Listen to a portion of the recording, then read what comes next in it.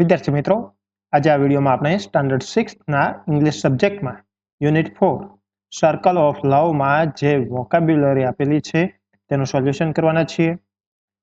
સૌપ્રથમ આપેલું છે make a box around the odd one, એટલે કે જુદા પડતા શબ્દ ફરતે બોક્સ કરવાનું છે. અહીં બ્રધર, ફ્રેન્ડ, ડોટર, સન આપ્યું છે. તો રિલેશનમાં ફ્રેન્ડ જુદું પડે છે તો તેના ફરતે બોક્સ કર્યું છે. તો તેવી રીતે ફર્સ્ટ જોઈએ તો અંકલ, આંટ, ફાધર, નેબર. તો અહીં નેબર છે એ ઓડ થશે. સેકન્ડ છે mother, grandmother, grandfather and man. તો અહીં મેન છે એ ઓડ વન છે. થર્ડ આપેલું છે નેફ્યુ, વુમન, નીસ અને કઝિન. તો અહીં વુમન છે એ અલગ પડે છે. Fourth sister, aunt, girl, uncle. તો ગર્લ છે એ જુદું પડે છે. ફિફ્થ આપેલું છે father, cousin, boy, grandmother. તો અહીં બોય છે એ જુદું પડે છે.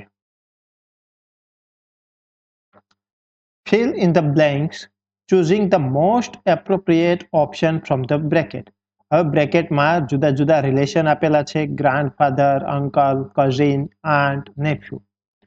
તો એ વિકલ્પોના આધારે ખાલી જગ્યા પૂરવાની છે. એક્ઝામ્પલ આપેલું છે my grandma's daughter is my mother. મારા દાદીની પુત્રી છે, નાનીની પુત્રી છે એ મારી માતા છે. તો ફર્સ્ટ જોઈએ માય મધર્સ સિસ્ટર, મારી માતાની બહેન, is my aunt.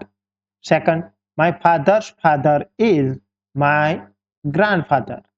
Third my aunt's daughter is my cousin. Fourth, my mother's brother is my uncle. And last, my brother's son is my nephew. Arrange jumbled letters and make meaningful words. અહીં શબ્દ છે એમાં આલ્ફાબેટના ક્રમ આડાઅવળી થઈ ગયા છે તો તેને યોગ્ય ક્રમમાં ગોઠવીને વર્ડ બનાવવાનો છે. તો અહીં એક્ઝામ્પલમાં નીસ એટલે કે ભત્રીજી છે.